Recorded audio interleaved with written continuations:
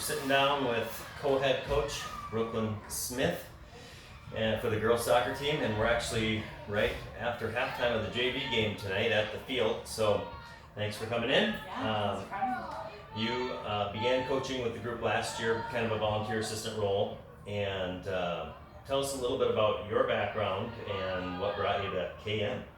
Yeah, so I grew up in Winnipeg, Manitoba, in Canada. Nice. So that's where I played. That was where kind of my soccer career began. And then I was recruited to the University of Wyoming, where I competed there. And then my husband and I lived in Laramie for a few years after college, and then we moved to Rochester and got a job teaching with Cass Manorville. I taught 7th grade English last year and kind of got my in with soccer there. And then staying home with my little one this year, who's 6 months old now. But yeah, had the opportunity to coach with Chris, and it's been a great season so far.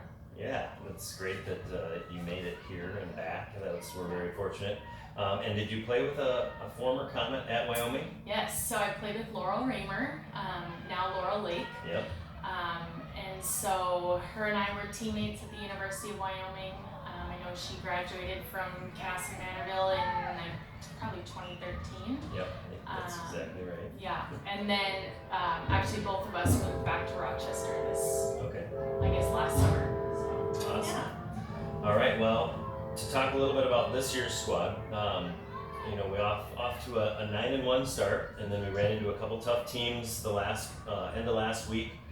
Beginning of this week, we traveled to Cotter, Winona Cotter on Saturday, and I was kind of watching both games, varsity and the JV, kind of at the same time. But it seems like they had one of their strikers just on fire.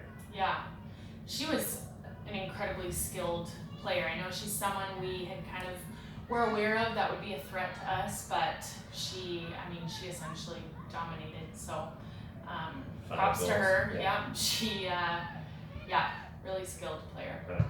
But and they would be a team that we would not face in section, which is just fine.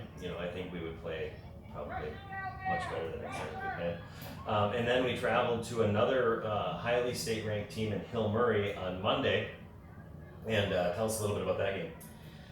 Yeah, they were a very, very talented team.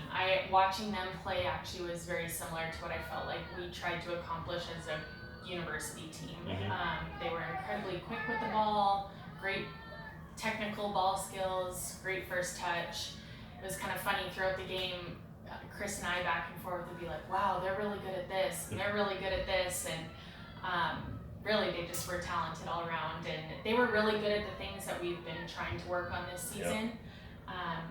And they didn't just have one really talented player, they had 11 or however many came into the game. They were all really skilled players. So.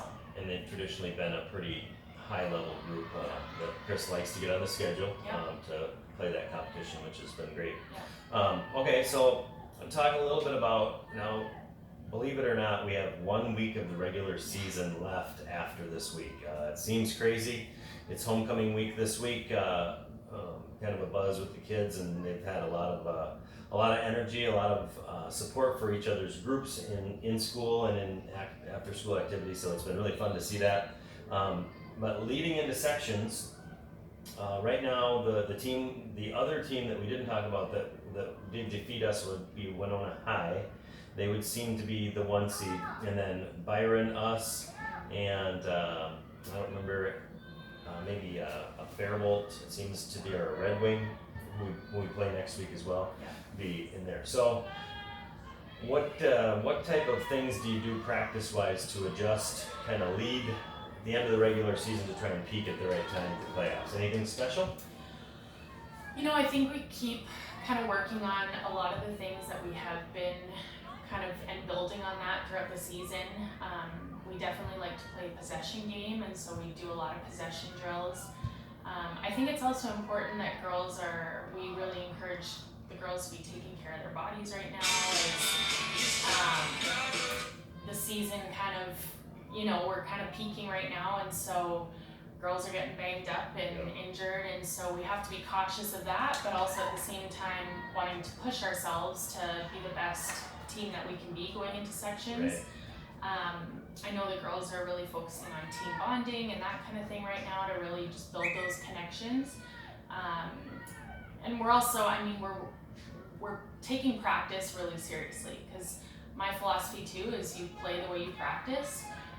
And so if we come out and give a really hard 2-hour practice, I'd expect that we'd go into our next game with a lot of energy and fire. So we take practice really seriously, but at the same time we want to make sure our girls aren't being overworked and that they're Right. taking care of themselves too. Find that perfect balance Right. is tough, and Yeah. for one girl it might be much different than others, Yeah. so that's a unique trait that Right. coaches have to figure out and deal with, so it'll be fun. Well, thank you so much for your time. It should be an exciting game tonight. It's parents' night tonight for the girls, and so we'll announce those parents in just a few minutes here actually, and then the girls will have probably the first Saturday off in a while before the next week's action, where we will have one away game at St. Peter. Tuesday, we will go away again at Byron and then host Red Wing on Saturday for the finale. So then seedings will come out and they'll start the next week. So October 12th, look for that to be the first section game for girls soccer and boys soccer. So thank you so much. Thank you. All right.